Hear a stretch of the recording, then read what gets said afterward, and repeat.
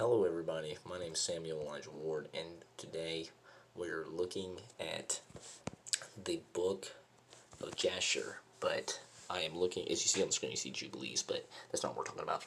The book of Jasher is not scripture, and that's what we're going to be talking about today, why the book of Jasher is not scripture. And from the evidence that I have, it's overwhelming.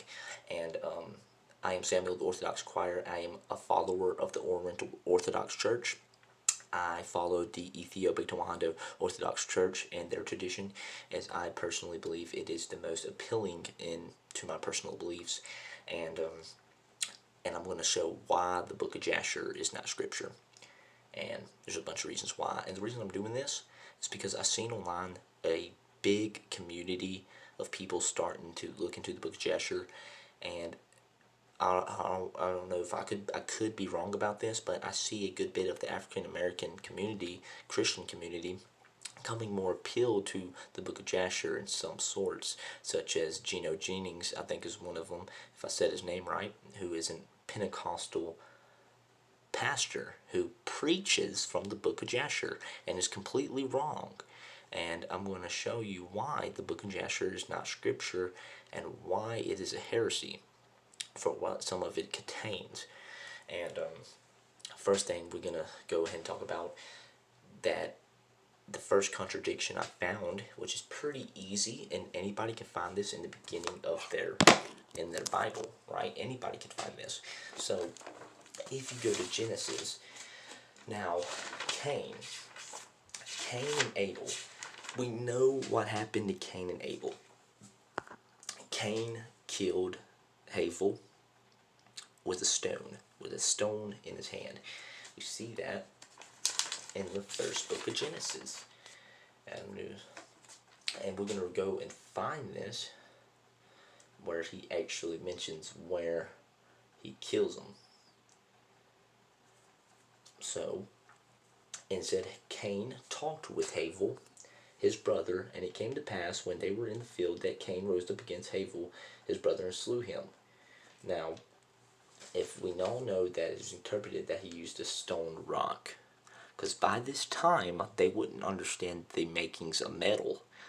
Now, the reason I'm saying this is a contradiction right here, because you will see in the book of Enoch, which is scripture, especially within my church, and if you follow the book of Enoch, you will see that the teachings of metal didn't come until the times of Irad, which is spoken in the book of Jubilees, when Irad was born, and around his time, that's when the fallen angels would have came to earth. And by that time, we would understand the makings of metal. So, when we go to Jasher, right? In the beginning of Jasher, we see that when Cain ends up actually killing, characters was his brother had spoken, and the anger of Cain was. So this is when, right here, on the very chapters, on the very first chapter of the book of Jasher, we'll see verse 24 to 25. And when Cain heard the words of Abel his brother had spoken, behold, the anger of Cain was kindled against his brother Abel for declaring this thing. And Cain hastened and rose up and took the iron part of his plowing instrument, which he had suddenly smote his brother, and he slew him. And Cain split the brother of his brother Abel upon the earth, and the blood of Abel streamed upon the earth before the flock. When we see this is a contradiction, for he had an iron part instruments. Now, yes, the descendants of Cain were the people to start first working with tools, as what we could have read just in, but that wouldn't happen until way later, until the comings of the angels, because the fallen angels are the ones who taught Cain. So this is a contradiction, and it's at the beginning of the book of Jasher itself. And then, later on, we'll see the death of Cain itself. But in the book of Jubilees, which is scripture itself, if you go to chapter 4, verse 32, which is on the screen before your eyes, chapter 4, verse 32, you will see that for this reason is ordained on heaven. Okay, it's actually more than that. And it closes. Okay, so verse 31 to 32, chapter 4 of Jubilees, you will see says, at the close time of this Jubilee, Cain was killed after him in the same year, for his house fell upon him, and he died in the midst of his house, and he was killed by its stones. For with a stone he had killed Abel, and by a stone was he killed in righteous judgment.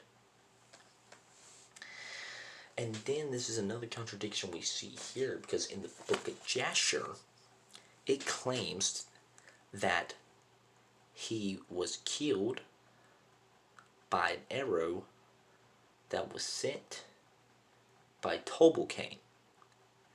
And we will see that, and I will show you that verse.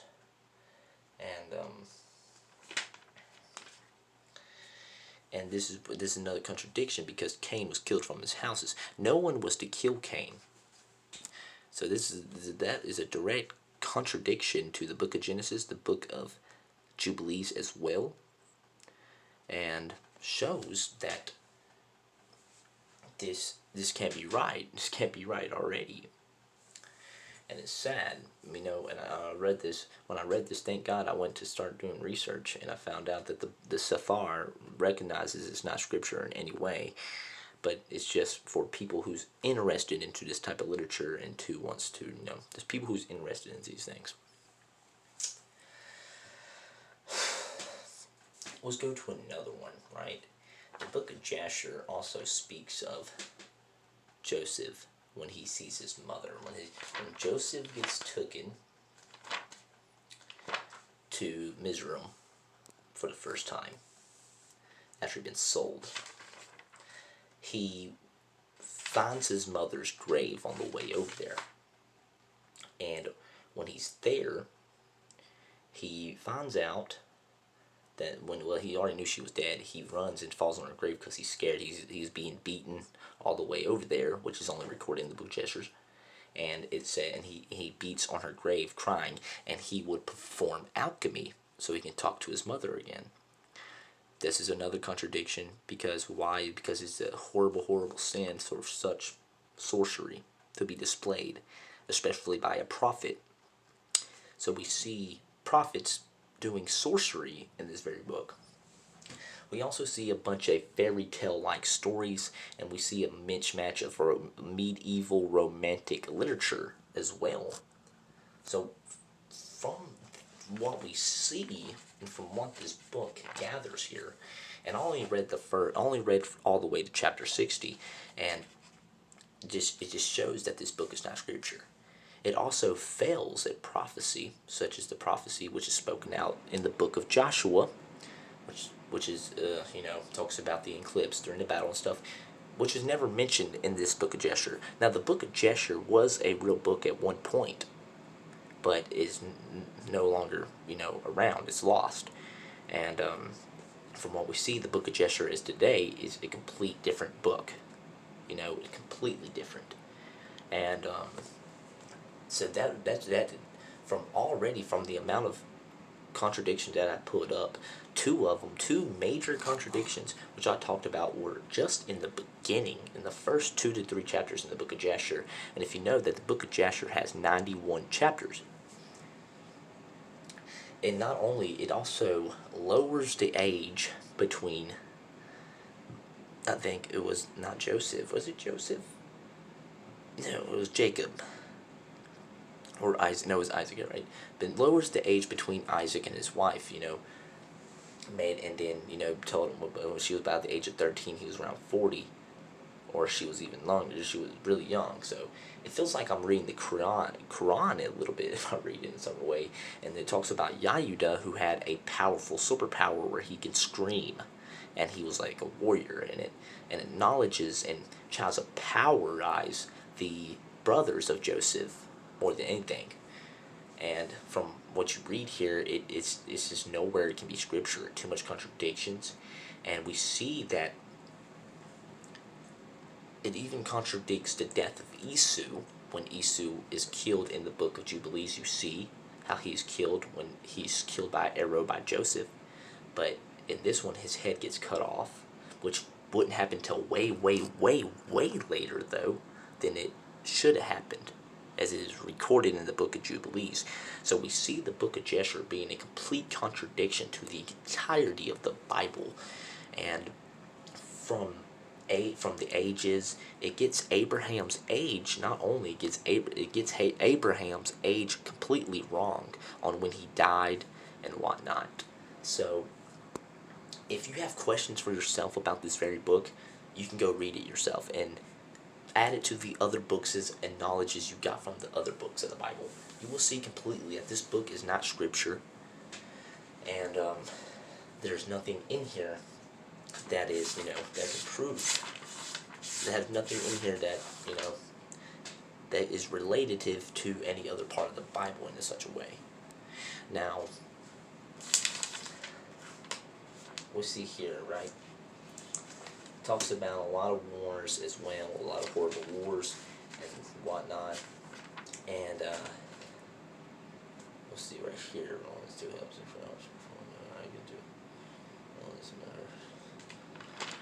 it's crazy, okay.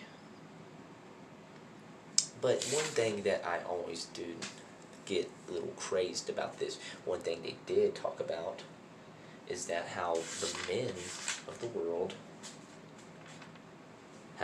the world started sinning against God by misbreeding the animals together. But it doesn't claim that to be fallen angels that did it. It claims to be just humans that did it. So this is one thing that the Book of Jasher was somewhat. It can be important for certain scholars and for certain people that study such a variety of things. We can see that ideas such as the mass inbreeding and the mass miscegenation that happened, which is recorded in the Book of Jubilees, somewhat still carried on. It was just altered in a way where by this time most people thought it was humans that somehow did it with, I guess people would have thought it was some sort of sorcery or evil dark magic that we learned somehow. But as we now know, in the Book of Enoch, it tells us what happened. Because the Book of Jasher, this very version, wasn't written and put into and wasn't translated until the year 1622, if I'm not mistaken.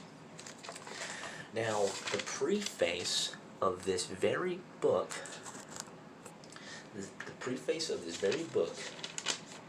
it will tell you about the Book of Jasher and why it's in the Sefer, which I am about to read it to you myself, and you will see why it has been added in here in such a way. The Sefer Jasher is also set forth in this Sefer.